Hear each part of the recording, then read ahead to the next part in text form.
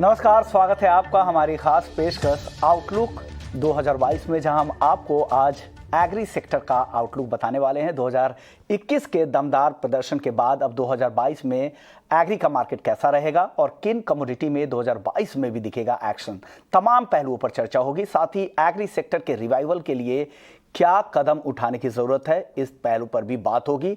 तमाम मुद्दों पर बात करने के लिए हमारे साथ तीन खास मेहमान भी हैं। हमारे साथ PhD chamber of commerce and industries के एग्री बिजनेस कमेटी के चेयर इनके अग्रवाल साहब हैं और PhD chamber of commerce and industries के एग्री बिजनेस के डायरेक्टर बबीता सिंह भी है। और साथ ही वायदा बाजार पर बात करने के लिए हमारे साथ केडिया कमोडिटी के एमडी अजय केडिया जी भी है। आप तीनों ही मेहमानों का इस खास पेशकश में स्वागत है। तो सबसे पहले बबीता जी, आपसे मैं ये जानना चाह रहा हूँ, 2021 एग्री कमोडिटी मार्केट के लिए काफ़ी बढ़िया रहा है। तकरीबन सभी एग्री कमोडिटी में अच्छी तेजी देखने को मिली, लेकिन अब 2022 में जब हम एंट्री कर रहे हैं तो क्या लग रहा है, किस तरह का आउटलुक आप 2022 को प्राइस के लिहाज से देखते हैं? आप सबको मेरा नमस्कार। पीएचडी चैम्बर की तरफ से प्राइस के लिहाज से जो आउटलुक रहेगा बहुत बढ़िया रहेगा 2022 में भी, और क्योंकि हमारी सप्लाई भी बहुत अच्छी हो रही है तो इससे हमारा ये बढ़ेगा। और इसके अलावा हमें फोकस करना है ऑयल सीड पर, दालों पर। जिन चीजों का हम इंपोर्ट कर रहे हैं उस पर अगर गवर्नमेंट ध्यान देगी और उसके प्रोडक्शन को बढ़ाएगी तो हम बहुत अच्छा कर सकेंगे एग्रीकल्चर सेक्टर में। हॉर्टिकल्चर प्रोडक्शन पे भी हमें ध्यान देना पड़ेगा क्योंकि ये हाई वैल्यू कमोडिटी है जिसमें कि किसानों को बहुत फायदा होता है, पर इसमें टेक्नोलॉजी की जरूरत है, इसमें गवर्नमेंट को ध्यान देना है, इसमें हमें इंफ्रास्ट्रक्चर क्रिएट करने की जरूरत है। और ऐसा भी मैं कहूंगी कि जो हम लोग फ्रूट पल्प इंपोर्ट कर रहे हैं उस पे थोड़ा सा हम इंपोर्ट प्राइस बढ़ा दे कि जो फार्मर जो हमारा वेस्ट हो रहा है हॉर्टिकल्चर सेक्टर में, फूड वेस्ट है इसमें, क्योंकि ये फ्रेश प्रोड्यूस है तो कम से कम 15% तो हमारा वेस्टेज है, 15 से 20%। अब वो क्रॉप पे ऊपर डिपेंड करता है। तो उस वेस्टेज को अगर हम कम करना चाहते हैं तो हमें ये पल्प और फ्रूट कंसेंट्रेट इन सब पे थोड़ा सा इंपोर्ट प्राइस बढ़ा देंगे तो हमारे फार्मर का क्या होगा कि वेस्ट नहीं होगा और हमारी जो प्रोसेसिंग इंडस्ट्री है वो उनसे खरीदना शुरू करेगी। और इसके अलावा जो फूड प्रोसेसिंग सेक्टर पे ध्यान देना होगा, क्लस्टर अप्रोच पे ध्यान देना होगा, जो एग्री एक्सपोर्ट पॉलिसी के तहत भारत सरकार ने लेकर आए हैं। अपीडा इस पे क्लस्टर अप्रोच पे काम कर रही है। तो उसमें उन्होंने आइडेंटिफाई किया है कि इस पर्टिकुलर सेक्टर में जहां पर उनका अच्छा प्रोडक्शन है उस जगह फूड प्रोसेसिंग सेक्टर हो, या फिर उनको कंप्लीट वैल्यू चेन में हम बात करें, बैकवर्ड लिंकेज दे दे, फॉरवर्ड लिंकेज का पूरा काम करें, तो उस पर हम अपनी इसकी फार्मर की प्राइस रियलाइजेशन को बढ़ा सकते हैं। तो सब कुछ मिलाकर मैं ये कहूंगी कि हमारा अगला साल बहुत बढ़िया जाने वाला है। पर कुछ चीजें ऐसी होती है, वेदर पे हम डिपेंड होते हैं तो ज्यादा कुछ नहीं कहा जा सकता, पर अगला साल बहुत अच्छा होगा। 2022 से काफ़ी उम्मीदें हैं। बबीता जी को लग रहा है कि जो नया साल होगा वो एग्री मार्केट के लिए काफ़ी बेहतर रहेगा। इनके अग्रवाल साहब, आपको कैसा लग रहा है? क्या 2022 भी एग्री कमोडिटी के लिहाज से दमदार रहने वाला है? किसानों को बेहतर भाव मिलेंगे और वो जिस तरह की तेजी हम देख रहे हैं, क्या वही तेजी जारी रहेगी 2022 में भी एग्री कमोडिटी में? नहीं, मैं बबीता जी की बात से एग्री करता हूं, लेकिन इसमें सबसे बड़ा इशू ये है कि हमारी food security at affordable price वो इम्पोर्टेंट है। हमारे देश की पॉपुलेशन 140 करोड़ और उसके साथ साथ 100 करोड़ हमारी जो एनिमल्स हैं, कैटल हैं, पेट्स हैं, उनके लिए भी जो फूड सिक्योरिटी है वो बहुत इम्पोर्टेंट है। और उसके लिए हमारे देश के किसानों ने पिछले 10 साल में मेहनत करके, हालांकि उनको टेक्नोलॉजी नहीं मिली और बहुत सारी सुविधाएं नहीं मिली थी, उसके बावजूद भी अपने मेहनत करके जो फूड प्रोडक्शन किया, निश्चित रूप से आने वाला साल और बेहतर होने वाला है, क्योंकि कल्टीवेटेड एरिया भी हमारा बढ़ा है, क्रॉप रोटेशन भी बढ़ा है। आप देखेंगे कि मस्टर्ड का एरिया मोर देन 30% इंक्रीज हुआ है, वेयर एज किसी हद तक 3% 2% राइस और वीट ये घटे हैं। तो ये बहुत अच्छा साइन है। क्रॉप रोटेशन डेफिनेटली फार्मर के भी हित में होगा और हमारे कंज्यूमर के भी हित में होगा, ऐसा मेरा मानना है। ओके, तो अग्रवाल साहब का ये आउटलुक है। केडिया जी, अब आपसे मैं ये जानना चाह रहा हूं, प्राइस के लिहाज से, वायदा बाजार के लिहाज से आपको कैसा लग रहा है 2022? क्योंकि जिस तरह के चैलेंजेस हम देख रहे हैं पूरे कमोडिटी एग्री वायदा मार्केट को लेकर, क्या लग रहा है ये चैलेंजेस 2022 में खत्म होंगे और किस तरह के प्राइसेस यहाँ पर आपको दिख सकते हैं वायदा बाजार में? नमस्कार विश्वमोहन जी, आपको और आपके सभी दर्शकों को नववर्ष की शुभकामनाएं। देखिए 2021 या 2020 से अगर हम स्टार्ट करते हैं तो जैसे मैं पहले भी बता रखा था चैनल पे, आपके चैनल पे काफी टाइम बोला भी हूं मैं कि कमोडिटी की ये सुपर साइकिल है और 2020-21 के अंदर हमने ये सुपर साइकिल का जस्ट एक बोल सकते हैं कि ट्रेलर देखा है हमने, जिस ढंग से सभी कमोडिटी चाहे एग्री हो चाहे नॉन एग्री हो सभी में तेजी आई। बट 2021 में एक चीज ध्यान रखिए, ये जो तेजी आई है ये डिमांड की वजह से कम आई है, सप्लाई डिस्टर्बेंस की वजह से ज्यादा आई है।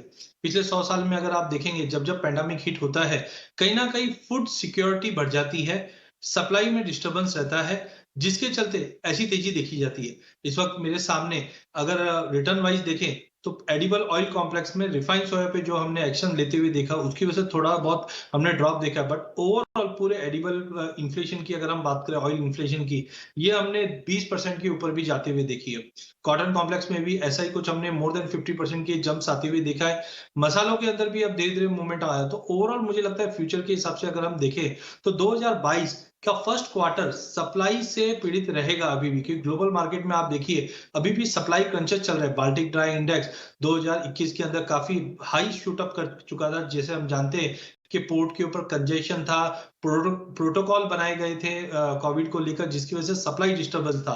2022 में फर्स्ट क्वार्टर के बाद मुझे लगता है जैसे इंडियन मार्केट की बात करें तो बड़ी क्रॉप हमारे पास मस्टर्ड की रहेगी, उससे थोड़ा बहुत रिलीफ आना चालू हो जाएगा कि प्रोडक्शन इस बार अच्छा जरूर है, बट वेदर कंडीशन भी काफी इंपॉर्टेंट रहेगा। बिकॉज हमने अभी क्वार्टर 4 के अंदर देखा ला नीनो की वजह से बारिश काफी अच्छी थी, बट अब धीरे धीरे सीजन से सीवियर विंटर और हेल स्टॉर्म हो रहे हैं, तो क्वार्टर 1 पे इसको भी देखना है। तो ओवरऑल मुझे लगता है कि जब हम अच्छे की बात करते हैं तो ध्यान रखिए कि प्रोडक्शन के साथ साथ ऊंचे भाव भी रहेंगे, और वो कहीं ना कहीं इलेक्शन पीरियड भी अगला अगर हम अगले क्वार्टर की बात करें तो कहीं ना कहीं ये थोड़ा कंसर्निंग भी रहेगा। ओवरऑल मुझे लगता है इन्फ्लेशन कंसर्न रहेगा सभी सेंट्रल बैंकों के लिए, इंडिया के लिए भी। फर्स्ट हाफ जो अगर हम बात करें तो इन्फ्लेशन रहेगा। इन्फ्लेशन का मतलब ही होता है कि कमोडिटी के ऊंचे भाव। तो ओवरऑल मुझे लगता है 2022 भी फर्स्ट हाफ हमें कमोडिटी के ऊंचे भाव कंटिन्यू रहेंगे। गवर्नमेंट एक्शन और जिस ढंग से प्रोडक्शन बढ़ रही है ये थोड़ा रिलीफ देना चालू कर देगा, बट फर्स्ट हाफ में मुझे लगता है कि पूरे एग्री पैक के अंदर एक अच्छी खासी तेजी बनी रहेगी। ओके, यानी इनको लग रहा है कि जो तेज़ी है वो अगले साल भी आपको कंटिन्यू होती दिख रही हो। लेकिन एग्री कमोडिटी के लिए अगर बात करें तो एग्री सेक्टर की अगर बात करें तो काफ़ी चैलेंजेस है इस सेक्टर को लेकर, और सही मायने में अगर रिवाइवल करने के लिए क्या करने की ज़रूरत है? बबीता जी, ऐसे कौन से स्टेप्स उठाने चाहिए ताकि एग्री सेक्टर का रिवाइवल हो सके? किसानों की आमदनी जो दोगुना करने का सरकार ने लक्ष्य रखा है, हालांकि तमाम चैलेंजेज है, 2022 तक मुश्किल लग रहा है, लेकिन इस दिशा में क्या पॉजिटिव कदम उठाने की ज़रूरत है ताकि एक वे तैयार हो सके और जल्द हम इस तरफ आगे बढ़ सके? देखिए, एग्रीकल्चर सेक्टर एक बहुत इंपॉर्टेंट सेक्टर है सबके लिए। अभी कोरोना काल में सबको पता लग गया कि एग्रीकल्चर सेक्टर हमारे लिए कितना इंपॉर्टेंट है। खाने के बिना कोई नहीं रह सकता, बाकी काम फिर भी हम रोक सकते हैं थोड़े दिन के लिए। तो हमें पूरा सीड से लेके कंज्यूमर तक की बात करनी पड़ेगी, जो हमेशा सब लोग बात करते हैं फार्म टू फोक या फार्म टू प्लेट की। अब हमें जब अच्छी सीड नहीं मिलेगी, अच्छी क्वालिटी में प्लांटिंग मटेरियल नहीं मिलेगा, तो क्या निकलेगा उससे, हार्वेस्ट क्या होगा? तो हमें सबसे पहले तो क्वालिटी सीड चाहिए, क्वालिटी प्लांटिंग मटेरियल चाहिए, उसकी सर्टिफिकेशन होनी चाहिए। हालांकि सरकार बहुत काम कर रही है इस पे, पर हमें इस पे और ज्यादा इंप्लीमेंट करने की जरूरत है। बिल्कुल ग्राउंड लेवल पर आकर इससे बात करने की जरूरत है। दूसरा इंपॉर्टेंट चीज है कि जब हम क्रॉप मैनेजमेंट प्रैक्टिस की बात करते हैं, रख रखाव की बात करते हैं खेतों में, तो हम उसमें इनपुट क्या डाल रहे हैं। अब फार्मर को क्या है, किसानों को क्या है कि इनपुट कॉस्ट बहुत ज्यादा पड़ रहा है। तो इनपुट कॉस्ट जैसे कि आपका फर्टिलाइजर है, केमिकल्स है, उन सब में थोड़ा कम हो फार्मर को, तो वो बहुत इंपॉर्टेंट रोल प्ले करेगा उनकी इनकम बढ़ाने में। तीसरा है डाइवर्सिफिकेशन हाई वैल्यू क्रॉप के लिए। हाई वैल्यू क्रॉप क्या है, जैसे कि हॉर्टिकल्चर क्रॉप हो गया, और फिर अच्छे क्रॉप्स में हो गए हमारे ऑयल सीड्स हो गए, जिसमें कि हमें ज्यादा इनकम मिलता है। जैसा कि मैं आपको बताऊं कि जैसे स्टेपल क्रॉप है, जैसे आपका हो गया अनाज हो गए, दालें हो गई, ये सब में क्या है कि ये 77% हमारा टोटल एरिया ऑक्युपाई करते हैं, और जबकि और वो हमें कितना देते हैं, 41% ऑफ द टोटल आउटपुट देते हैं। पर अगर हम फ्रूट वेजिटेबल की बात करें, फाइबर की बात करें, तो ये हम सिर्फ 19% एरिया ऑक्युपाई करते हैं, पर इनसे हमारा इनकम तिगुना रहता है। अगर 1% स्टॉपल क्रॉप भी अगर हम एक थोड़ा सा एरिया शिफ्ट करें, 1% तक शिफ्ट करें हॉर्टिकल्चर क्रॉप की तरफ, तो हमें कम से कम 77,000 रुपए का फायदा होगा। ये मैं बता रही हूँ 2015-16 के कांस्टेंट प्राइस है, जो कि गवर्नमेंट ऑफ इंडिया ने खुद ही अपने एक डॉक्यूमेंट में दिया है। इसके अलावा है इन्वेस्टमेंट। हमने क्रॉप प्रोड्यूस कर लिया, हाँ, उसको उगा लिया, हार्वेस्ट कर लिया, अब उसको हमें प्रोसेसिंग की जरूरत है, तो उसके लिए हमें इन्वेस्टमेंट चाहिए, रख रखाव करने की जरूरत है, वहां इन्वेस्टमेंट चाहिए, वहां चाहिए प्राइवेट सेक्टर का रोल। बहुत बड़ा रोल प्ले करता है प्राइवेट सेक्टर, और प्राइवेट सेक्टर को हैंड होल्ड करना पड़ेगा फार्मर्स को। इसमें गवर्नमेंट बहुत सारी फैसिलिटी जी जी प्राइवेट सेक्टर को दे। और इसके अलावा एक चीज और मैं जस्ट एक और ऐड करना चाहती हूँ कि जो कॉर्पोरेट सोशल रिस्पॉन्सिबिलिटी है प्राइवेट सेक्टर की, उसको हम गवर्नमेंट के इस काम में के साथ जोड़ दें कि वो रियल फील्ड पर काम करे, गवर्नमेंट के साथ मिलजुल कर काम करे। ओके जी ओके। आप जो बात कर रही हैं कि कई सारे जो अनाजों के हैं उनकी ईल्ड कम है, लेकिन वो एरिया काफ़ी ज़्यादा लेते हैं, लेकिन वो ऐसी फसलें हैं जिसे आप नकार भी नहीं सकते और उन फसलों की खेती भी बहुत ज़रूरी है। चलिए एनके अग्रवाल साहब, आपसे भी यही सवाल होगा, ईल्ड बढ़ाने के लिए क्या करने की ज़रूरत होगी ताकि अगर वो ऑक्यूपाई अगर बहुत ज़्यादा एरिया खेती का एरिया कर रहा है तो हमें उसका फ़ायदा भी मिले? इसके लिए क्या करने की ज़रूरत है अभी? मैं समझता हूँ इसको ना बड़े व्यू में देखना पड़ेगा। गवर्नमेंट ऑफ इंडिया ने बहुत सारी योजनाएं शुरू की हैं। एग्रीकल्चर इंफ्रास्ट्रक्चर के ऊपर गवर्नमेंट ने 1 लाख करोड़ रुपया का प्रोविजन रखा है। उसकी डिटेल्स अभी सामने नहीं है, ये डिटेल्स सामने आनी चाहिए, और उसका एग्जीक्यूशन जो सिस्टम है और जो स्टेट गवर्नमेंट है वो किस प्रकार से कर रही है उस पर बहुत बड़ा डिपेंड करता है। इसी प्रकार से आप देखेंगे अभी एफपीओज का एक 10,000 एफपीओज का एक इन्होंने लक्ष्य लिया और एफपीओज बनाने की ओर आगे बढ़े हैं, जिसके ऊपर इनका 6,865 करोड़ रुपए का प्रोविजन रखा है। इसी प्रकार से गवर्नमेंट ने चाहे फिशरीज है 20,000 करोड़ रुपए रखा है, लाइव स्टॉक के ऊपर 15,000 करोड़। तो डिफरेंट एग्रीकल्चर सेक्टर्स के अंदर गवर्नमेंट की योजनाएं तो बनी हैं और प्रोविजन भी कर दिया है, लेकिन ग्राउंड लेवल पे वो आ सका है या नहीं आ सका है, ये एक बड़ा क्वेश्चन है। और उसके लिए अभी जो गवर्नमेंट सोचती है एफपीओज 10,000 बना करके हम वो टेक्नोलॉजी फार्मर्स को दे पाए, वो इंफ्रास्ट्रक्चर का लाभ फार्मर्स को दे पाए, या कोऑपरेटिव का भी अभी जो नया एक मंत्रालय शुरू किया है कि कोऑपरेटिव के माध्यम से हम इसको सब डाउन द लेवल फार्मर तक पहुंचाएं, ये एक बहुत अच्छा स्टेप है।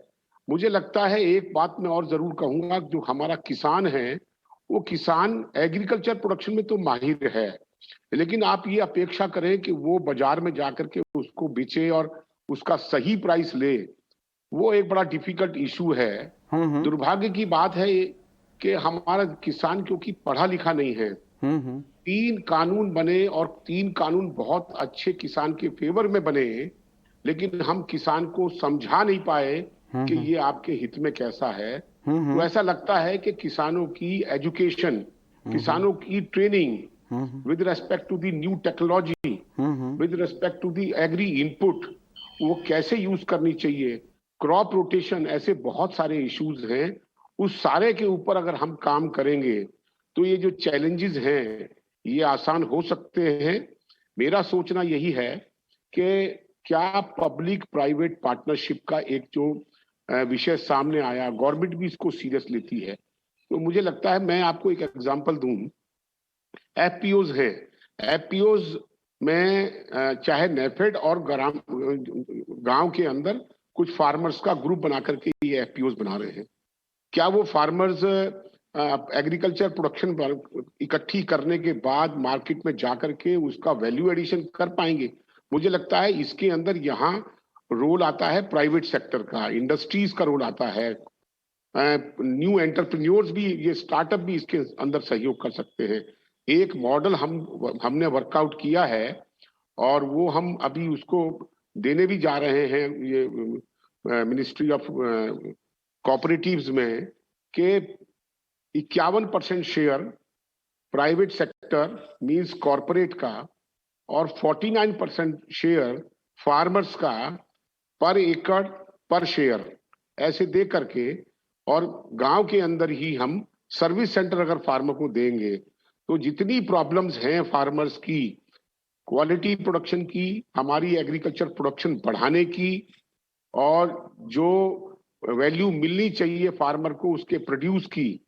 आज मैं देख रहा था टीवी के ऊपर, अभी प्याज की कहीं तो 1 रुपए प्याज बिका है, वो मंडी के अंदर फार्मर अपना प्याज छोड़ के चला गया कि मेरी तो कॉस्ट भी नहीं निकलती है, तो इसलिए वो छोड़ के चला गया। और कहीं उसका जो कंज्यूमर को प्राइस है वो 40 रुपए मिल रहा है। तो ये जो सारा गैप है, ये मुझे लगता है कि कॉरपोरेट कोऑपरेटिव एक ये प्राइवेट पब्लिक प्राइवेट पार्टनरशिप में अगर हम करेंगे तो मुझे लगता है कि ये एक बहुत बड़ा माइलस्टोन खड़ा हो सकता है, और हम फार्मर के बीच में जाकर के ये जो चेन है हमारी प्रोड्यूसर और कंज्यूमर के बीच की जो चेन है वो आसानी से हम पाट सकते हैं, और ये एक बहुत बड़ा टूल बनेगा, ऐसा मेरा सोचना है। लिए आपको जो गैप है, जो मिडिल मैन जो इतने ज़्यादा है और जो बेहतर प्राइसिंग नहीं मिल पा रही किसानों की, इस दिशा में कदम उठाने की ज़रूरत है। केडिया जी, आपसे सवाल ये होगा कि देश के कई हिस्सों में किसानों का फोकस अभी भी ट्रेडिशनल खेती की तरफ ज़्यादा है और वैसी फसलें ज़्यादा कर रहे हैं और उस पर यील्ड भी बेहतर नहीं है और सादा प्राइसिंग के लिहाज से भी बेहतर नहीं है, तो बेहतर यील्ड वाली फसलों से वो दूर हो रहे हैं। तो ऐसे में इस ट्रेंड को बदलने के लिए क्या करने की ज़रूरत है? आपका अनुभव क्या कहता है केडिया जी? देखिए, मेरा जो ओवरऑल फोकस रहता है वो ज्यादा करके एक्शंस के ऊपर रहता है, बट फिर भी अगर हम बात करें, जैसे बबीता जी ने भी कहा, अग्रवाल जी ने भी कहा कि ग्राउंड लेवल से काफी जैसे सीड टू प्लेट की बात है, तो वो बहुत इंपॉर्टेंट, क्योंकि अभी तक हमने फार्मर्स को जिस ढंग से देखा है तो हमने मेन स्ट्रीम में कभी भी फार्मर्स को लाया नहीं है। तो जैसे अग्रवाल जी ने भी कहा है कि ये पब्लिक एंड प्राइवेट पार्टनरशिप के थ्रू अगर आता है तो कहीं ना कहीं नॉलेज शेयरिंग इंपॉर्टेंट रहेगा फार्मर के लिए। जैसे हम देख रहे हैं कि ऑलरेडी एक स्कीम लगा है, पढ़ेगा इंडिया तो बढ़ेगा इंडिया, तो वैसे ही फार्मर्स को पढ़ाना बहुत जरूरी है कि हाई यील्डिंग क्या कौन सी क्रॉप है, कहाँ पे, खास करके अगर हम देखें तो एक्सचेंजेस का यूज या वेदर फोरकास्ट, यहाँ पे आपको ऑलरेडी गवर्नमेंट ने काफी स्टेप भी लिए, जैसे सॉइल टेस्टिंग है या कौन सी क्रॉप आपको लगाना चाहिए। वेदर कंडीशन काफी इंपॉर्टेंट है, जैसे ऑलरेडी हमने देखा पिछले साल ये अलर्ट था कि ला नीनो रहने वाला है, तो उसकी वजह से पानी काफी अच्छा रहेगा। अभी भी हम दिसंबर में देख रहे हैं कि ग्राउंड लेवल में वाटर काफी अच्छा है, तो ऐसे टाइम पे कौन सी क्रॉप अगर हम लगाएंगे तो हमको यील्ड अच्छी मिलेगी। क्योंकि आज भी अगर ग्लोबल मार्केट की अगर हम बात करें तो इंडिया की जो यील्ड है वो एज कंपेयर टू काफी छोटी कंट्री के मुकाबले भी अगर हम देखें तो एट बेंचमार्क भी नहीं है। तो आई थिंक सबसे इंपॉर्टेंट है कि एजुकेशन लेवल जो हम बात कर रहे हैं वो ग्राउंड लेवल तक की बातें जरूर करते हैं, बट फार्मर्स यहाँ पे अभी तक पार्टिसिपेट नहीं किया। जैसे कि तीन लॉ जो फार्म बिल के थे ये भी कम्युनिकेट प्रॉपर नहीं कर पाए, जिसकी वजह से हमने देखा कि अच्छा बिल होने के बावजूद उसका इम्प्लीमेंटेशन नहीं हो पा रहा है। तो ओवरऑल मुझे लगता है कि काफी चीजें हैं, जैसे इरिगेशन फैसिलिटीज को कैसे हम और बढ़ा सकते हैं, बीजों को लेकर है, स्टोरेज को लेकर है। नो डाउट गवर्नमेंट ने पिछले 4 सालों के अंदर काफी अच्छे काम भी किए फार्मर की इनकम डबल करने के लिए। अल्टरनेट जैसे हम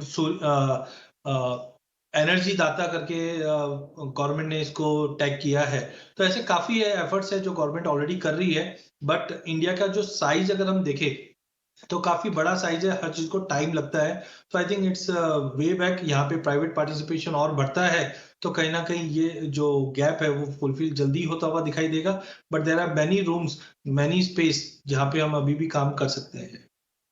काफ़ी ऐसी जगह जहाँ पर काम करने की ज़रूरत है और काम हो भी रहे हैं, लेकिन किसानों को ग्राउंड पे वो फ़ायदा नहीं मिल रहा है। अब बबीता जी, अब आपसे सवाल ये हो गया कि जीरो बजट फार्मिंग की बात हमेशा होती है, लेकिन ये कैसे संभव है? क्या इससे यील्ड पर असर नहीं होगा? जी, आपने बड़ी अच्छी बात कही। अभी रिसेंटली हमारे आदरणीय प्रधानमंत्री भी बात कर रहे थे नेचुरल फार्मिंग की बढ़ावा देने को। नेचुरल फार्मिंग अच्छी चीज है, हम केमिकल से बच सकते हैं और उसमें एक सिस्टम होता है जिसमें कि जीरो बजट फार्मिंग उन्होंने बताया है कि काउ यूरिन को यूज करो, जीवामृत बनाओ, उसको मिलाकर इसके जमीन को की उर्वरकता को बढ़ाओ। ये सब अच्छी चीज है जो हमारे नेचर के साथ मिलकर करेगी। पर सवाल उठता है कि क्या हम इतने बड़े पॉपुलेशन को फीड कर सकते हैं। उनका दावा है कि यील्ड हमारी बहुत अच्छी होती है, पर जब हम हमारे देश के पॉपुलेशन को देखेंगे तो हमें बहुत ज्यादा प्रोडक्शन की जरूरत है। तो और ये जो national academy of agriculture sciences है, जो साइंटिस्टों का ग्रुप है, आईसीआर के लोग इसमें रहते हैं, उन्होंने भी ये कहा है कि ठीक है, जीरो बजट नेचुरल फार्मिंग करनी है या नेचुरल फार्मिंग करनी है, करना चाहिए सॉइल के लिहाज से, लेकिन हमारे पूरे पॉपुलेशन को फीड करने के लिए आईसीआर ने जो जितनी सारी टेक्नोलॉजी डेवलप की है उसको भी अपनाना पड़ेगा। इसलिए मेरा कहना है कि छोटे जगह पे क्लस्टर में एफपीओ बना के जीरो बजट नेचुरल फार्मिंग को हम एनकरेज करें, पर साथ साथ हम दूसरे काम को ना छोड़ें जो हम ऑलरेडी कर रहे हैं। साहब, अब आपसे सवाल ये होगा कि पोस्ट हार्वेस्ट के बाद जब फसलों की कटाई हो जाती है तो किसानों की सबसे बड़ी चिंता होती है कि स्टोरेज की कैसे व्यवस्था हो। स्टोरेज नहीं मिलने की वजह से उनको प्राइसेस भी कम मिलते हैं।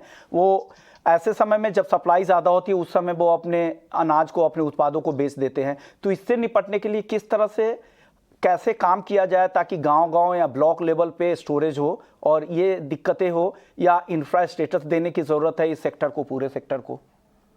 नहीं, मैं अभी जो आपने पहला प्रश्न पूछा जीरो बजट फार्मिंग, थोड़ा सा मैं उसके ऊपर जरूर कुछ कहना चाहूंगा कि देखिए, zero budget farming, organic farming, bio based farming, इस प्रकार की बहुत सारी बातें पिछले कुछ सालों से चली हैं। श्रीलंका के अंदर भी एग्जाम्पल है, उन्होंने जीरो बजट फार्मिंग की तरफ अग्रसर हुए, बायो और ऑर्गेनिक फार्मिंग की कोशिश की, लेकिन उनका एग्रीकल्चर प्रोडक्शन तेजी से एकदम से गिर गया और वो अब क्राइसिस में आ गए। उनके एग्रीकल्चर प्रोडक्शन ऑलमोस्ट 1/3 रह गई और वो बहुत परेशानी पड़ गए और उनकी फाइनेंशियल और जो जीडीपी है वो बहुत डाउन चली गई। तो वो एक एग्जांपल है। इट डज नॉट मीन, मैं ये नहीं कहता कि जीरो बजट फार्मिंग को प्रमोट नहीं करना चाहिए। एनवायरमेंट, सॉइल हेल्थ, ये दोनों इशू इससे रिलेटेड हैं कि हम एक्सप्लॉइट कर रहे हैं अपनी सॉइल को और उससे केमिकल फर्टिलाइजर और पेस्टिसाइड का यूज करके उसको एक्सप्लॉइट तो कर रहे हैं, लेकिन रिचार्ज नहीं कर रहे हैं। रिचार्जिंग मींस जो बैक्टीरियल प्रेजेंटेशन होनी चाहिए, जो मतलब हमारी जमीन की उपजाऊ शक्ति जो बढ़ाती है, वो तो हमारी ऑर्गेनिक फार्मिंग से होगी। और रिसोर्सेज ये गांव में अवेलेबल हैं, इसमें कोई शक नहीं है। गोबर की खाद है और बहुत सारी वेस्ट की खाद है, वो यूज हो सकती है, वो इनपुट में कोई कॉस्ट नहीं लगती है। लेकिन जैसे बबीता जी ने कहा, ये बात सही है कि हमारी एग्रीकल्चर प्रोडक्शन उससे बढ़ा नहीं पाएंगे। उसके साथ साथ मैं ऐसा सोचता हूं कि आप अब धीरे धीरे, पहले तो ये आईसीएआर को माननीय प्रधानमंत्री जी ने ये प्रोजेक्ट दिया है कि भी इस पर आप काम करें और कुछ चीज निकाल के लाएं, हम इसमें क्या कर सकते हैं। पूरे देश के अंदर 167 agriculture, state agriculture research institute हैं, आईसीएआर है, पूसा है। ये सब लोग अगर उस पर काम करें, कोई डाटा सामने आए कि जीरो बजट फार्मिंग करके और ये एग्रीकल्चर प्रोडक्शन हम equal to the chemical application farming के बराबर। जी, नोटेड सर। अब पोस्ट हार्वेस्ट जो एग्री वेयर हाउसिंग इंफ्रास्ट्रक्चर की बात कर रहे थे, उस पर क्या आपका सुझाव है? नहीं, बिल्कुल सही है कि बहुत ही हम पीछे हैं। जो पोस्ट हार्वेस्टिंग है, जैसे बताया कि 15% क्या उससे कहीं ज्यादा हमारी ये क्रॉप वेस्ट हो जाती है बिकॉज ऑफ द स्टोरेज, और इसी कारण से फार्मर को जो सही प्राइस मिलना चाहिए वो नहीं मिलता है। उसके लिए वही अगेन पब्लिक प्राइवेट पार्टनरशिप में आना ही पड़ेगा। सर, नोट यानी पब्लिक प्राइवेट पार्टनरशिप के जरिए आप इस सेक्टर में निवेश ला सकते हैं और इसको बढ़ावा दे सकते हैं। अब केडिया जी, वक्त कम है, अब फटाफट से अब प्राइस पे आ जाते हैं सीधे। एग्री वायदा में अगर 2022 के लिए अगर कोई चाह रहा है कि अच्छे रिटर्न मिले तो किस एग्री कमोडिटीज पे फोकस करना चाहिए? ऐसे 5 ऐसे टॉप एग्री कमोडिटीज आप बता दीजिए। बिल्कुल, अगर हम 2022 की बात करें तो 2021 में हमने स्पाइसेस को अच्छा मूव करते हुए नहीं देखा, जो 2022 के फर्स्ट क्वार्टर में ही हम अच्छा रिटर्न देखेंगे। जहां पे धनिये में हमने देखा कैरियर स्टॉक कम है, डिमांड कंटिन्यू मेंटेन रहेगी एक्सपोर्ट की, जहां पे हमें लगता है कि 11 से 12,000 तक का लेवल दिखा सकता है, जो करीबन 30% का जंप दिख रहा है। जीरे के अंदर कैरियर स्टॉक थोड़ा ठीक था, बट कहीं ना कहीं डिमांड अभी भी भरपूर है और एरिया अंडर कल्टीवेशन काफी सीवियरली ड्रॉप हुआ है। मस्टर्ड में हमने शिफ्टिंग देखी, जिसकी वजह से 30% का रिटर्न हम जीरे में भी देख पाएंगे, जो करीबन 21,000 का भाव होता है। हल्दी के अंदर हमने देखा कुछ महाराष्ट्र में डैमेजेस जो रिपोर्ट हुई है, उससे कैरी ओवर स्टॉक पे भी इंपैक्ट पड़ेगा।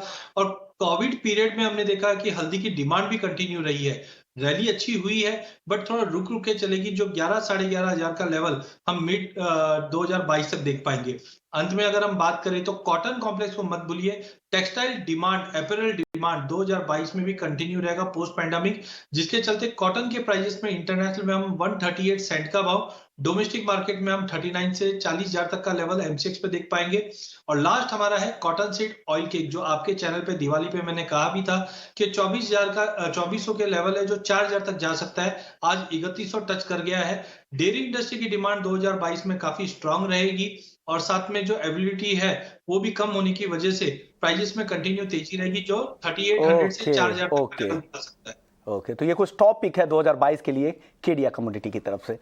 तो इस शो को यहीं समेटने का वक्त हो गया। शुक्रिया एनके अग्रवाल साहब आपका, बबीता जी आपका और केडिया जी आपका, आप लोगों ने वक्त निकाला आउटलुक 2022 के लिए। तो कमोडिटी आउटलुक 2022 को हम यहीं समेटते, लेकिन आप बने रहिए ET Now स्वदेश पर, क्योंकि खबरों का सिलसिला यहाँ चलता रहेगा। नमस्कार।